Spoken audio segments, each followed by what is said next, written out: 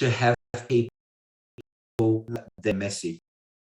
Quá trình phát triển của nhân loại đó các anh chị thì có rất là nhiều các chính trị gia, những người nổi tiếng quan trọng đã sử dụng cái hiệu ứng này để làm người khác ghi nhớ những điều họ muốn nói, những điều họ muốn tuyên bố ha. I'm reminded by the American President Abraham Lincoln. Và có một trong những người đó là người Mỹ, ông Abraham Lincoln đó các anh chị.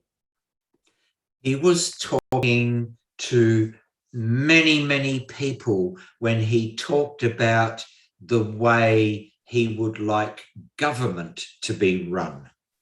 Và khi mà ông tuyên bố với người dân cách mà chính phủ Mỹ muốn hỗ trợ người dân á. His message has been remembered throughout history. Và thông điệp của ông được ghi nhớ rất là lâu ở trong lịch sử luôn.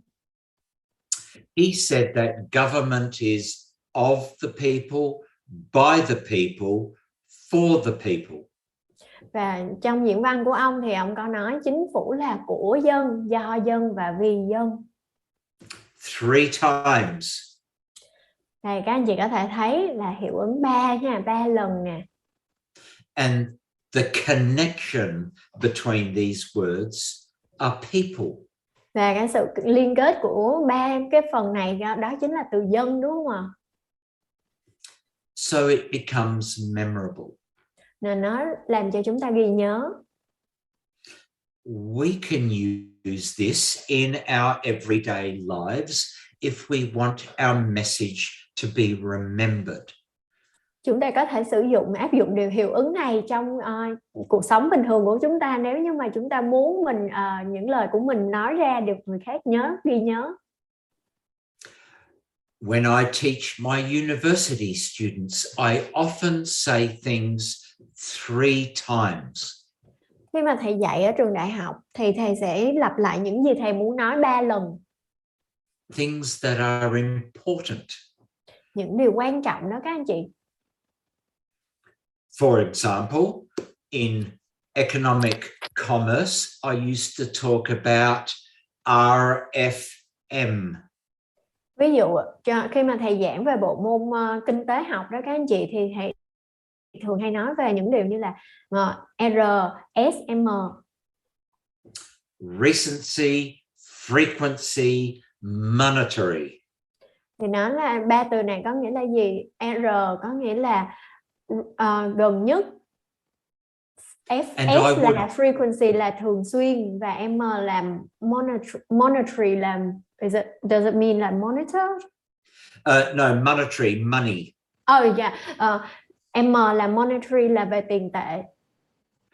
And I would repeat it because it was important in the lecture I was giving. Và thầy thường xuyên nhắc lại những cái khái niệm về 3 khái niệm này, tại vì 3 khái niệm này rất quan trọng trong kinh tế học. During primacy, I would tell my students, we are learning about RFM.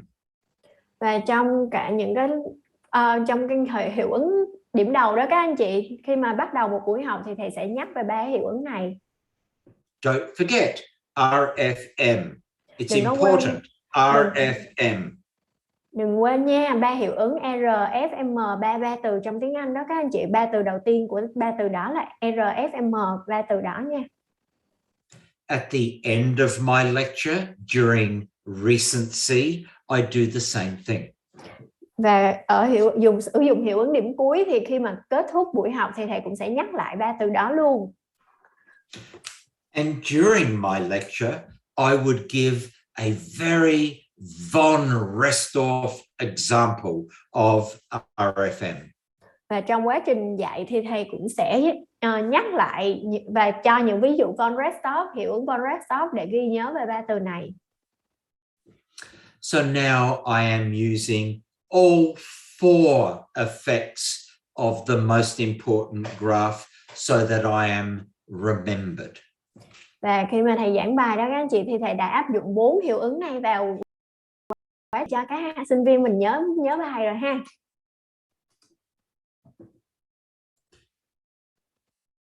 I want to do a fun exercise with you. Và sau đây mình sẽ có một trò chơi nho nhỏ ha. I'm going to give you some words, our 30 word list, and I want you to tell me whether that word is at the beginning, at the end, or somewhere in the middle. Thầy sẽ cho các anh chị nghe lại một vài từ, thì các anh chị cho thầy biết là những cái từ này nằm ở phần đầu hay là phần cuối hay là phần giữa trong cái quá trình mà 30 từ được đọc. Roughly, not exactly. Chung chung khoảng thôi, không có cần phải chính xác là vị trí thứ mấy đâu ạ. Put your answer in the chat. Anh chị hãy gõ vào khi mà thầy hỏi nha. The first word is glass. Từ đầu tiên, kính. Was it at the beginning, middle, or end? Phần đầu hay là phần cuối ạ? The beginning. The beginning? Beginning. The beginning, yes. Đúng rồi, phần đầu ha. Cloud. Đám mây ạ? Đầu hay cuối ạ? Beginning, middle, or end? Giữa, đầu, cuối, giữa, đầu. So all sort of answers. I think around the beginning. Đầu đó, phần giữa đầu đúng không các anh chị? Street. Phố xá làm sao ạ? Phố xá thì sao ạ? Cuối, giữa, middle, end. Middle, around there, I think. Đâu đó, khúc đó đúng không? String. Sợi dây. Sợi dây ở đâu ạ? Giữa, cuối, giữa. So middle towards the end. Yes, I think so. I can't remember myself. Còn không có nhớ rõ lắm, nhưng mà đâu đó gần cuối đúng không ạ? Towards the middle end. Gần cuối ha. Cũng giữa nhưng mà cũng gần cuối rồi đó. Somewhere around there. Đâu đó gần cuối đó các anh chị ha. Now, the interesting thing about the questions I'm asking you is that none of these words were on the list. So remember the list you gave me, glass was on it. So I think you meant to write window, is that right? Yeah, I was. Yeah. Thank you. Rồi ngoài từ kính ra đó các anh chị, thì tất cả những từ còn lại nó đều không nằm trong cái danh sách của mình ha. Tại vì thầy có một cái lỗi hơi nhỏ là thầy nhầm cái từ kính với từ cửa sổ các anh chị.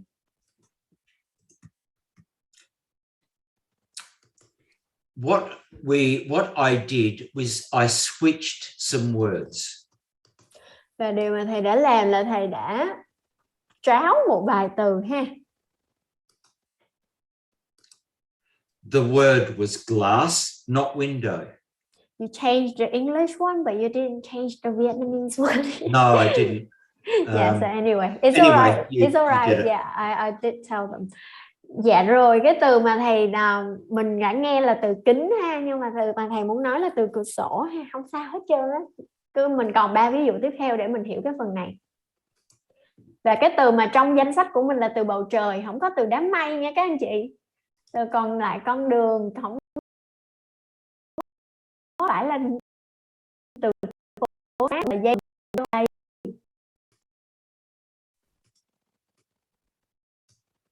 Let's get this right.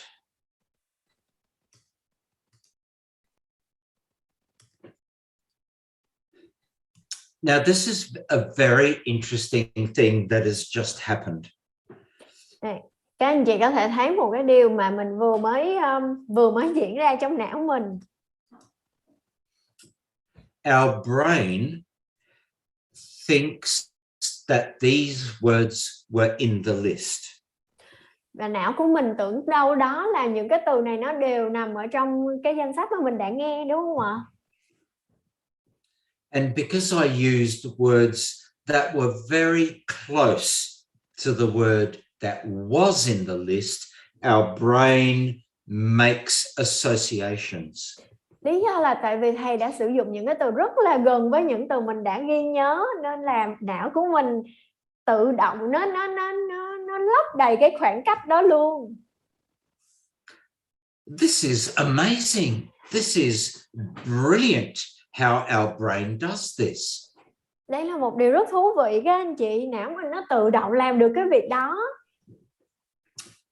The first three words, for example, the word glass, allowed us to make an association with window.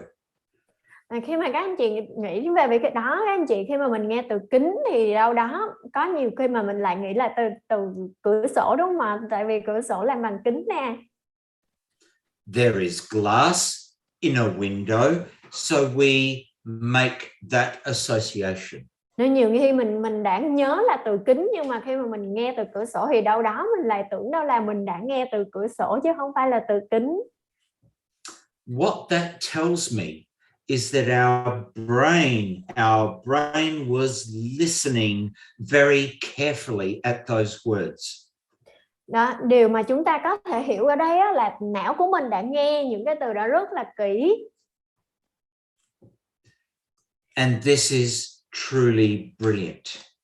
Nhưng mà ngoài cái việc nghe đó thì não của mình còn tạo ra những cái sự liên kết với những sự kiện gần đó, giống nhau, tương tự nữa. Sự liên kết của não đó các anh chị ha, rất là thú vị luôn. Many people ask me, why is it so brilliant? Và có nhiều học viên hỏi thầy là ủa tại sao nó lại kỳ lạ vậy ta? Because creative thinking and brilliant thinking is all about imagination and association. Tại vì là tư duy sáng tạo đó các anh chị, nó đều liên quan tới sự tưởng tượng của bộ não mình hết.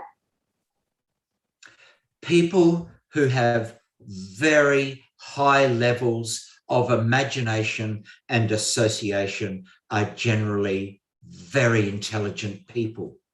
Và những người mà có trí tưởng tượng phong phú và sự liên kết tốt đó các anh chị, thường là những người cực kỳ thông minh. And I have just proved you are as well. Nên là các anh chị có thể thấy là bản thân mình cũng rất là thông minh, đúng không ạ?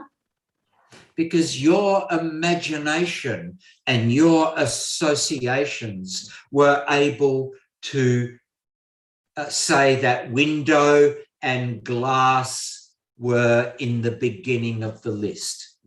Tại vì mình đã có thể tưởng tượng và liên kết và liên tưởng là những cái từ mà không có trên danh sách, nhưng mà nó tương tự như những từ mà mình đã nghe, đúng không?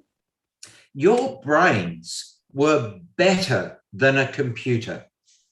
Và các anh chị hãy nhớ là não bộ của mình luôn luôn là cực kỳ tốt nha các anh chị, tốt hơn cả một cái máy tính luôn. If a computer was asked that question, was the word glass in the list, they would look for the exact word and say yes or no.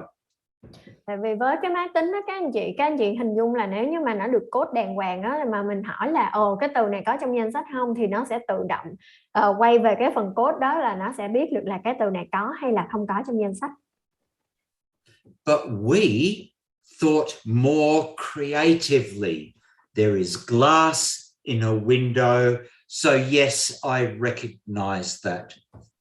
Nhưng mà bởi vì chúng ta mình có khả năng tưởng tượng và liên kết tốt hơn máy tính đó các anh chị, nên là khi mà mình hỏi một từ mà nó tương tự gần giống làm cho mình nghĩ tới những cái từ khác, thì mình sẽ não của mình nó sẽ tự động lấp đầy cái khoảng cách đó, khoảng trống đó ha. Imagination, association, and creativity are the main parts of what a mind map does. Và hôm qua mình đã học rồi, trí tưởng tượng, sự liên kết, sự sáng tạo là những phần rất quan trọng của sơ đồ tư duy. I have just proved that you are brilliant. Và thầy vừa mới chứng minh cho các anh chị xong là các anh chị rất là xuất sắc. Tự cho mình một tràng pháo tay nha.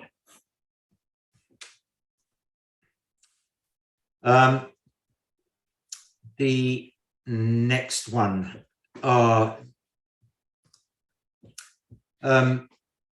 How interested were you in the list of words? Was it interesting? Hiệu ứng tiếp theo mà chúng ta sẽ tìm hiểu. Rồi các anh chị cho thầy hỏi là cái danh sách mà hồi nãy các anh chị nghe 30 từ đó nó có thú vị không các anh chị? Có gì vui không? It wasn't very interesting. Không có gì vui á đúng không? Không có gì thú vị hết trơn á. Toàn mấy từ gì đâu không à. We find that if you are learning about something you are very interested in, you will remember more. Và các anh chị, em không biết các anh chị có để ý không, khi mà chúng ta học hay là tìm hiểu một điều gì đó mà mình có hứng á, các anh chị, mình thích á, là mình sẽ ghi nhớ tốt hơn đúng không ạ? We find that people who have hobbies or they have a passion about a certain subject find it very easy to remember things about it. Ví dụ như là mình thích một cái điều gì đó, ví dụ hoặc là mình có một cái thú vui gì đó, thì mình sẽ nghiên cứu về nó, mình sẽ tìm hiểu về nó và mình ghi nhớ rất là lâu luôn. So if your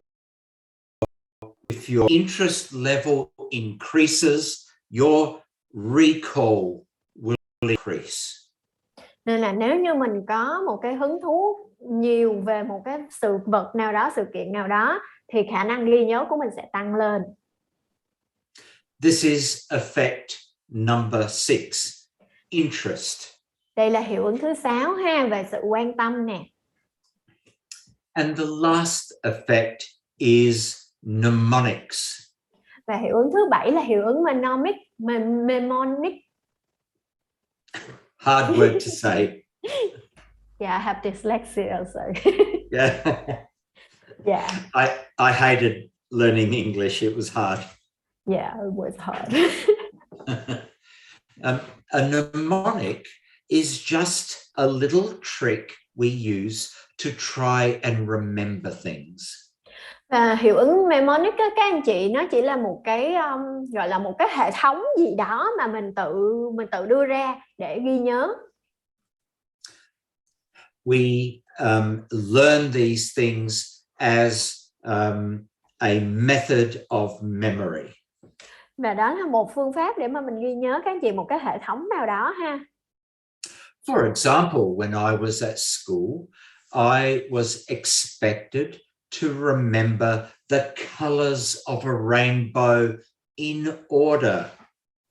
Ví dụ như là khi mà thầy còn đi học đó các anh chị, thì thầy được dạy về màu sắc, thứ tự màu sắc của cầu vồng, 7 sắc cầu vồng đó các anh chị, và thầy phải ghi nhớ nó theo đúng thứ tự luôn. So we were taught at school to remember a person's name. Và ngoài ra thì thầy còn phải học là ghi nhớ tên của một người và những người nữa. Roy G. Biv. Và cái tên đó là Roy G. Biv các anh chị. And Roy G. Biv was just simply the first letter of each of the colors of the rainbow. Và thực ra cái tên đó các anh chị, Roy G. Biv đó, nó chỉ là một cái hệ thống, một cái cách ghi nhớ 7 sắc cầu vồng thôi. In English, it was red, orange, yellow. Nó là những cái từ đầu tiên của 7 cái màu của 7 sắc cầu vồng trên tiếng Anh ha. Chữ R là red là màu đỏ nè, O là orange là màu cam nè, Y dài là yellow là màu vàng nè, là thành chữ Roy đúng không ạ? Then there was G for green, blue, indigo and violet. Sau đó tới chữ G là chữ G các anh chị, là màu xanh ha, màu xanh lá, chữ green ha. Rồi blue, biết là B là blue. Rồi tới màu tiếp theo là màu indigo, là màu lam chàm, màu chàm. Rồi sau đó là tới màu tím là chữ V, biết, B I V đúng không các anh chị? V là violet là màu tím. So from my school days, 60 years ago, I still remember that, and I can recall the colors of a rainbow in order. Và với cái cách mà cái hệ thống như vậy đó, các anh cái hệ thống ghi nhớ như vậy đó, thì thầy đã có thể ghi nhớ được 7 sắc cầu vồng, mà tới ngày hôm nay thì vẫn có thể ghi nhớ được luôn. So there are many different memory techniques that we can use to remember things. Và có rất là nhiều cách mà chúng ta có thể ghi nhớ. And I can use these on the branch of a mind map. Và cách mà chúng ta có thể làm được điều này đó là sử dụng các nhánh trong sơ đồ tư duy. So Roy G.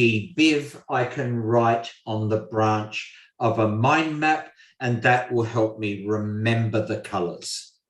Và nếu như mà thầy cần vẽ về để ghi nhớ điều này đó các anh chị, thì thầy sẽ vẽ một cái nhánh, và trên đó thầy ghi chữ Roy G. Biv là thầy đã có thể ghi nhớ được rồi, chứ không có cần ghi ra hết 7 màu luôn ha. So how many words do people generally remember from the 30 word list? It is between 5 and 7. Và bình thường đó các anh chị, khi mà mình ghi nhớ, nghe một cái danh sách 30 từ mà hồi nãy em đọc đó các anh chị, thì khả năng ghi nhớ được là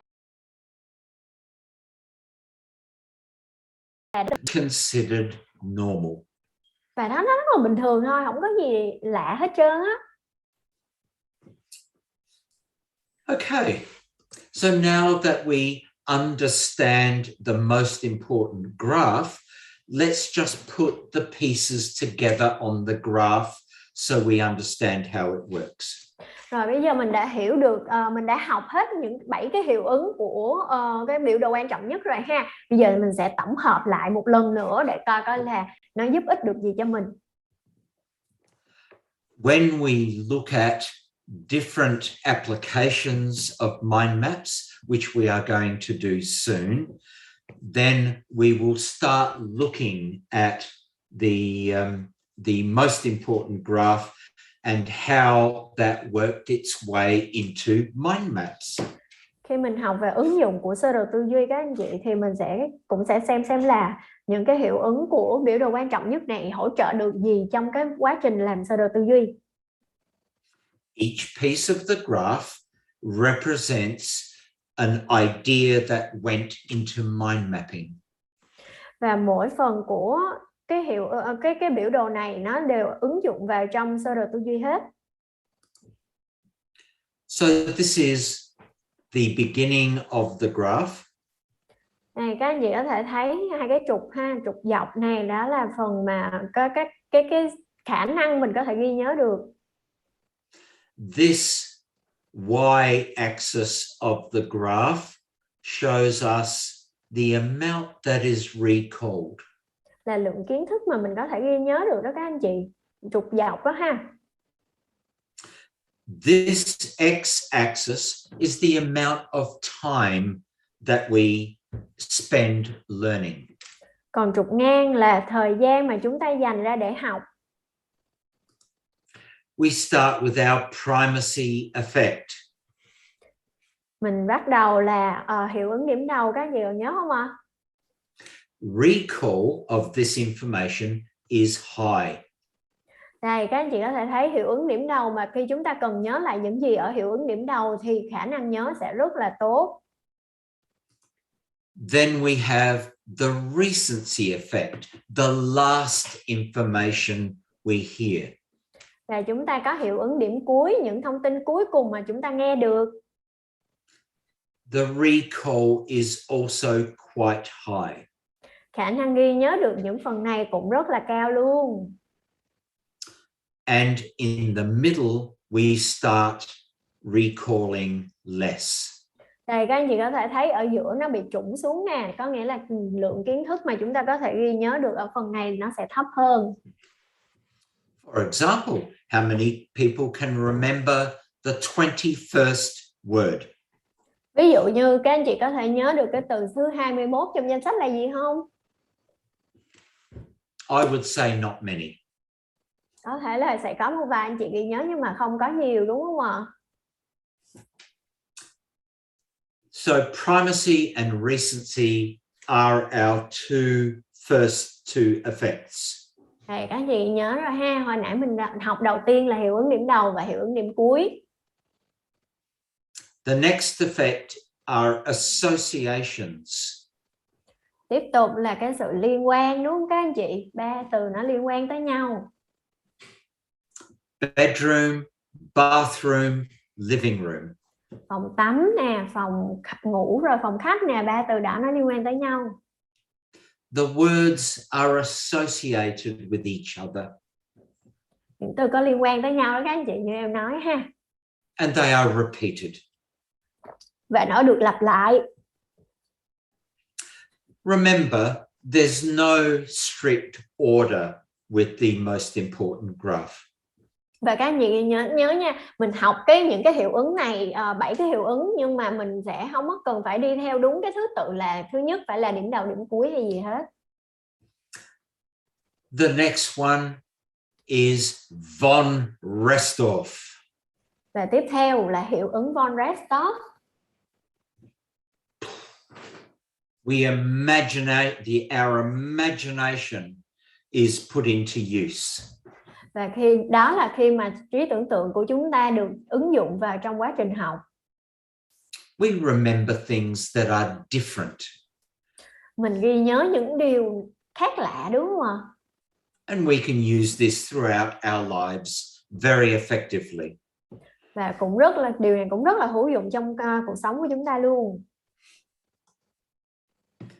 Interest level. Dạ đây, thứ 5 có nghĩa là sở thích nè, sự quan tâm nè. If we are more interested in a subject, our recall will increase. Nếu như chúng ta càng thích một chủ đề gì đó thì khả năng ghi nhớ và học của chúng ta sẽ cao hơn. Also the use of mnemonics. Và cái tiếp theo mà chúng ta học đó là về hiệu ứng mnemonic, đúng không ạ? Một cái hệ thống gì đó để ghi nhớ. And my simple example of Roy G. Biv, R-O-Y-G-B-V. Và cái hệ thống Roy G. Biv của thầy đó các anh chị là một cái hệ thống có thể tự đặt ra để mà ghi nhớ. Các anh chị không cần phải áp dụng cái đó ha. Mỗi cái hệ thống ghi nhớ là của bản thân mỗi người tự đặt ra để tự ghi nhớ. Something I have very easily remembered over 60 years. Và những cái hệ thống này có thể giúp mình ghi nhớ một thời gian rất là lâu. Ví dụ như cái 7 sắc cầu vồng mà hồi nãy thầy giảng cho mình đó, thì thầy có thể ghi nhớ trong hơn 60 năm luôn. Now there's one, the last one, the you, understanding, misunderstanding, was when I gave you words that were not in the list, but you made associations with them. How does that apply to the most important graph? I mean, like how is that helping with the learning process? It means that we're using our imagination and our associations when we are learning, and so that helps us with our learning. Okay. Và các anh chị còn nhớ cái hiệu ứng khi mà mình hiểu đúng và hiểu lầm không ạ? Khi mà mình nghe một từ nhưng mà mình tưởng tượng ra một cái từ khác, mình liên tưởng tới một từ khác ha các anh chị. Nên là hãy ứng dụng cái sự tưởng tượng và trí tưởng tượng, sự liên tưởng của não bộ của mình vào trong việc học và trong công việc của mình nha. The connection between number 7, understanding, misunderstanding, is that this is how mind maps work. Và đây cũng là một trong những điều mà những cái ứng dụng của sơ đồ tư duy đó các anh chị, sự tưởng tượng và sự liên tưởng. We think of a word nut. Ví dụ như khi mà mình nghe một cái từ như là từ hạt. And we make associations, maybe a squirrel, or maybe the Nutcracker Suite, which is a ballet. Nên là khi mà mình nghe từ hạt, các anh chị có thể nghĩ ra rất là nhiều thứ khác nhau, đúng không ạ? Ví dụ như mình có thể nghĩ tới con sóc nè, con sóc ăn hạt ha, hoặc là mình có thể nghĩ tới vở ba lê, cái kẹp hạt dẻ, ví dụ vậy. Rất là nhiều thứ khác nhau mình có thể nghĩ ra từ một cái từ duy nhất đó. So this effect in the most important graph shows us how we can be brilliant in our thinking. Và cái hiệu ứng và hiệu đúng hiểu lầm này đó các anh chị, thì nó sẽ cho chúng ta thấy được là não bộ của chúng ta cực kỳ là gọi là vi diệu á các anh chị, tại vì mình có thể nghĩ ra rất là nhiều thứ khác nhau. So that is where Mindmaps started, and Tony wrote this book to explain how Mindmaps were used and started in the first place. Đây là những cái nền tảng cơ bản của sơ đồ tư duy đó các anh chị. Cái quyển sách mà thầy đang cầm là về biểu đồ quan trọng nhất, có tên là biểu đồ quan trọng nhất luôn, nên nếu như mà có anh chị nào muốn đọc sách đó thì có thể tìm mua ha. But more importantly, the most important graph is a lesson in life. Và biểu đồ quan trọng nhất này có thể ứng dụng vào cuộc sống luôn nha các anh chị. How to make your message understood. Nó làm cho chúng ta có thể có những cái ý tưởng tốt hơn khi mà mình giao tiếp với người khác, đúng không ạ? Làm cho những điều mà mình muốn nói trở nên dễ nhớ hơn. How to make an impact when talking to other people. Làm sao để gây được ấn tượng đối với người đối diện. So it's a very good lesson to learn. Nên phần này rất là quan trọng ha các anh chị, có thể sau 24 giờ ôn lại bài. Còn nhớ bài đó không? All right. I would like to just look at a very short little session on the importance of taking breaks, and then we will take a break. Dạ rồi, sau đây là chúng ta sẽ, hồi nãy trước khi nghỉ giải lao mình đã nói về cái tầm quan trọng của việc nghỉ giải lao ha các anh chị. Bây giờ mình sẽ coi là sự quan trọng của nghỉ giải lao là như thế nào. Rồi mình sẽ nghỉ giải lao. Throughout yesterday and today, we've been taking regular breaks every hour. Hôm qua giờ là các anh chị thấy mình học rồi mình nghỉ giải lao là khoảng đâu đó 1 tiếng là mình nghỉ giải lao một lần, đúng không ạ? Breaks are so much more important than just getting a drink or stretching your muscles. Việc nghỉ giải lao nó không có đơn giản chỉ là mình đi lấy nước rồi mình đi nạp nước, mình đi toilet, mình đứng lên, mình vận động một xíu đâu à. Let's look at why breaks are so important. Bây giờ mình sẽ coi tại sao giờ nghỉ giải lao là quan trọng nha. How often do you think we should take a break? Every 15 minutes. Vậy thì nếu như mà các anh chị học như vậy đó, các anh chị nghĩ coi là bao lâu thì mình nên nghỉ giải lao một lần à? Maybe every 30 minutes or 45 minutes. 15 phút rồi nghỉ một lần, hay 30 phút nghỉ một lần, hay 45 phút nghỉ một lần. Maybe once every hour. Hay là mỗi tiếng chúng ta nghỉ một lần, có thể là mỗi tiếng nghỉ một lần chẳng hạn. The answer is that regular breaks are very important. Và câu trả lời của chúng ta là câu mình nghỉ thường xuyên nó rất là quan trọng ha các anh chị. Let me this way. Dạ đây, các anh mình sẽ giải thích cặn kẽ một xíu ha. I am going to draw a graph. Thầy sẽ vẽ một cái biểu đồ. And again, the y-axis is the amount that we can remember. Và đây trục thẳng đứng ở bên trái này là cái lượng kiến thức mà chúng ta có thể ghi nhớ lại. And the x-axis is the time that we take learning. Và trục ngang này đó các anh chị thấy là cái khoảng thời gian chúng ta học ha. This time will differ depending on what you are learning. Phần lớn cái thời gian này, cái khoảng thời gian mà chúng ta dành ra để học đó các anh chị sẽ rất là khác nhau tùy vào cái kiến thức mà chúng ta đang học là gì. Let's say it is our time between 9 and 12 o'clock today. Ví dụ như là sáng hôm nay chúng ta học từ 9 giờ tới 12 giờ đi. This is very, very familiar to you now. Primacy and recency. Đây, các anh chị có thể thấy đúng không ạ? Hiệu ứng điểm đầu là sáng này tới giờ nè, rồi hiệu ứng điểm cuối là tới khoảng đâu đó 12 giờ. And so we remember more at the beginning and the end. Và mình sẽ nhớ rất nhiều và lúc bắt đầu lớp học mình đã học cái gì, và khúc cuối cùng mà mình đã học cái gì mình sẽ nhớ rất là lâu ha. So if we attend a lesson for 3 hours without a break, during the middle we will remember the least amount.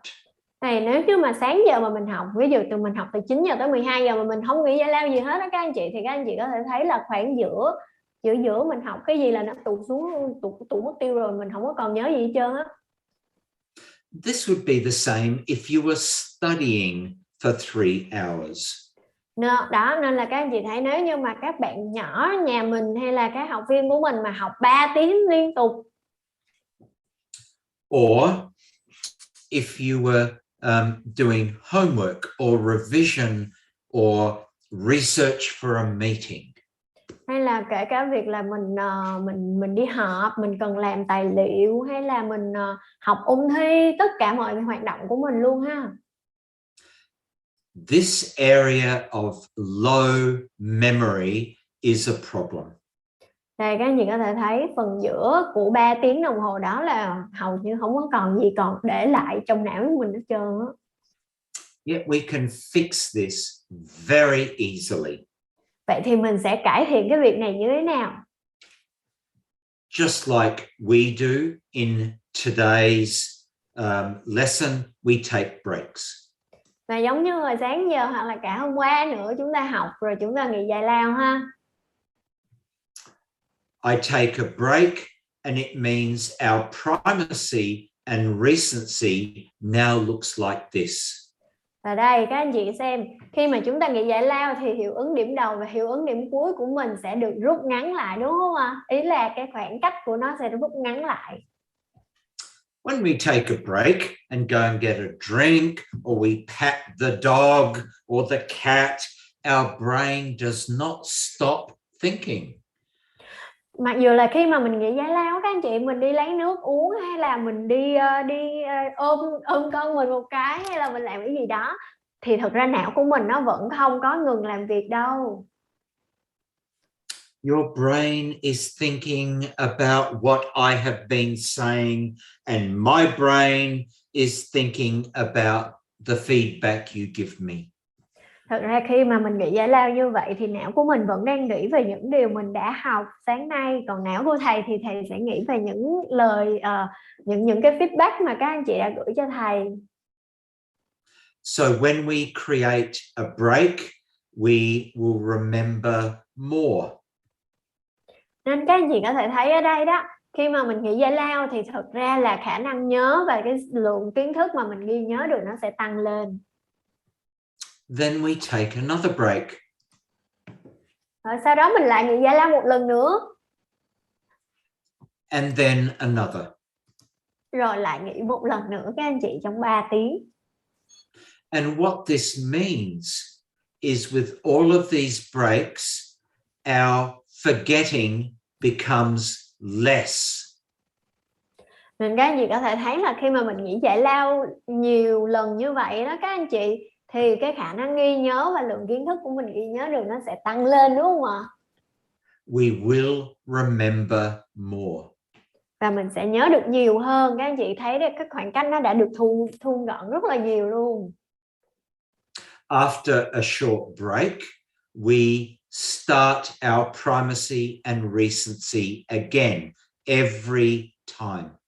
Nãy em có thấy là có một anh chị nào đó nói là mình sẽ tạo nhiều hiệu ứng điểm đầu và điểm cuối, là đúng rồi đó, là bằng cách nghĩ giải lao thì mình sẽ tạo được nhiều hiệu ứng điểm đầu và điểm cuối hơn.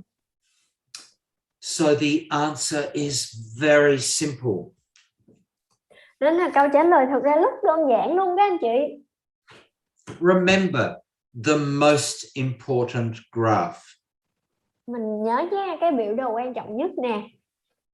It teaches us many lessons, not only for mind mapping, but for our entire lifetime. Nhìn cái biểu đồ này trông rất là đơn giản đúng không? Nhưng mà nó rất là nhiều kiến thức mà mình có thể áp dụng được trong việc dạy và học và làm việc của mình. So it is time for another short break. Và bây giờ mình sẽ nghĩ giải lao tiếp các anh chị. Good for our primacy and recency. Mình sẽ reset lại, mình sẽ tái tạo lại cái hiệu ứng điểm đầu và điểm cuối của mình nha. 10 phút nha các anh chị ơi. So 10 minutes, please. Relax, and I will see you back. We have many more interesting things to discuss, and you will also be doing some practice with your mind maps, and hopefully I can answer questions. Hồi nãy mà ai không dám nghỉ giải lao, mà không dám bước ra khỏi chỗ mình đó, bây giờ có thể thoải mái đi nghỉ giải lao rồi ha, tại vì mình biết não mình vẫn đang hoạt động đúng không ạ? Nghỉ 10 phút nha các anh chị, mình sẽ quay lại và có thể là sẽ làm mình sẽ ứng dụng một xíu về sơ đồ tư duy của mình ha. Cảm ơn các anh chị. See you Marek. See you. Nghỉ giải lao nha. Không rời Zoom giùm em nha các anh chị. Cảm ơn các anh chị.